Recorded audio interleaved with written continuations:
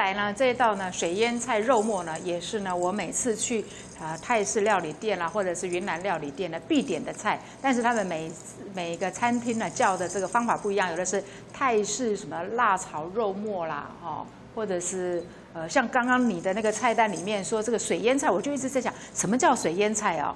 观众朋友是不是也跟我一样？什么叫水腌菜？我刚刚呢吃了一下，我们今天这个水腌菜，我吃的时候我觉得很脆，但是我的感觉是很像我们台湾还有我们华人常常用的酸菜。但是呢，阿美说不是哦，不是酸菜，做法不一样。好，赶快请阿美来跟我们分享一下水腌菜到底是什么菜？水腌菜它是芥菜，对，你就芥菜把它洗干净，然后就切一切，那大小块随你的喜好都可以，你可以切大一点，也可以切小一点，然后呢就放一点盐巴，把它抓一抓，然后就煮一点，对，让它软了以后，你就煮一点稀饭，用上面那个稀饭的水就把它和在一起以后，像这种夏天的话，大概4个晚上它就变成这么酸。哦，那有点类似我在做那个辣白菜，这个酸白菜的做法，对，有一点像泡菜的做法，就是煮熟的那个粥的那个上面的那个叫没有米粒，都也可以，那个也可以，米粒也可以洗下，可以。OK， 但是米粒下的话，你可能洗的时候会比较不好洗，对，就是炒起来没有那么美，对，没那么漂亮，所以我们只要上面那个粥上面的那一层那个米呢，拿去打成浆呢也可以，但是不需要那么麻烦的。也是可以，但是你原则上就是要把那个米煮熟。哦，对，米浆一样要煮熟，生的米浆是不可以。我要问的问题就是说，当你把这个芥菜洗干净的时候，那个生水要弄掉吗？要擦干吗？还是要用电风扇吹干吗？不用，都没有关系。OK， 好，然后那个盐也不用洗掉。不用，你不是用那个盐巴抓一抓吗？就抓一抓就直接下。那还有这个粥这个汤呢是热的，还是说一定要冷却才可以加？热的。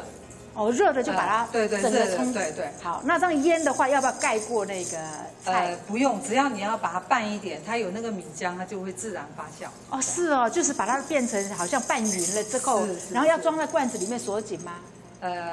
可以，然后用袋子把它绑紧也是可以。哦，用塑胶袋绑紧也可以。然后4个晚上之后就变成这个了。对，就变成这样。哇，观众朋友是不是酸了以后你要把它放冰箱？如果说你留在外面，它就会变得不脆。那要把那个它裹在上面那些米浆要先洗掉再冰吗？不用，它其实你看不出来，你看它就没有米浆的感觉。对，没有啊。它发酵以后就变成这样。哦，对。是哦，那发酵之后也不用再去清洗，不用。所以我们在腌的时候就已经切这么小了。对，已经切这么小了。OK， 好，观众朋友很清楚了哈，再不清楚我会写在我们的部落格上面。好，虽然节目还没结束哦，但是我已经要讲感恩的话出来了。太感谢了，因为很多人他们在做生意就不愿意把这样子的一个真的是这种失传的这种方法去交给这种水腌菜，就是我们家乡的味道。是，我们是很小的时候就在做的，就是妈妈教我们的。是，对。好，我们赶快来看呢，今天我们这个肉末到底要怎么炒哦？因为实在是太下饭了，减肥的观众朋友，请你稍微要走开一点。好，那我现在就示范怎么炒哈。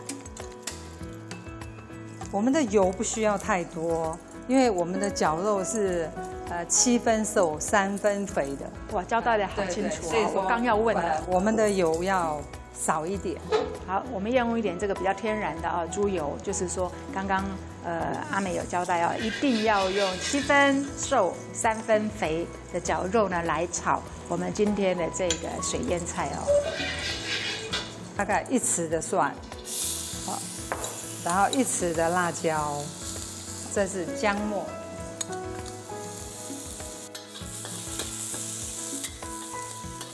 把这个香味呢先炒出来，炒出来以后我们就下绞肉，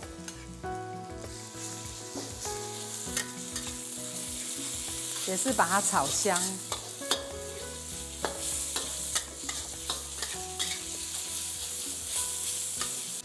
好像一般这个绞肉啊，像我们包扁食或者是包馄饨的这个绞肉，通常都会绞2次嘛。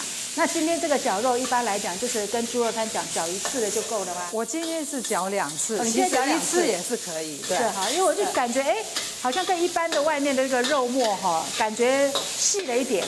我就在想是不是搅2次呢？把这个放下去。所以在调味上面先不急着调味哈，因为水腌菜本身已经有咸的啦。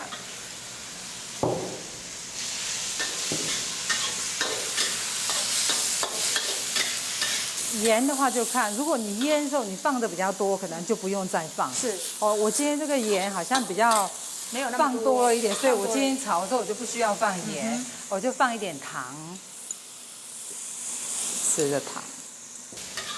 好，这个时候观众朋友如果常看厨娘的节目，就会想说，厨娘这时候又说我要来去煮地瓜稀饭了。非常非常下饭的这个一道菜哦，不管是你煮饭煮面啊，其实你只要有一道这个水腌菜炒肉末的话呢，哦，我相信呢你会趴好几碗饭，一大碗饭。对，好，这样子就可以了，很简单。啊，真的是非常简单啊！但是重点就在于我们水腌菜怎么制作，啊，因为它可以用在很多的地方啊，比如说你煮牛肉面的时候呢，你上面的这个所谓的像酸菜部分呢，我们也可以用刚刚呢，阿美跟我们介绍分享的这个水腌菜的做法哦。我相信在国外的观众朋友要买到芥菜并不难哦，芥菜就是那个长得所谓的长年菜嘛，很大颗那个嘛，对不对？好，就是一般我们台湾人在做那个酸菜的那个同样的这个材料哈，所以国外也很容易取得。好，我们先进一段这个广告呢，下面还有更精彩的，别走开哦。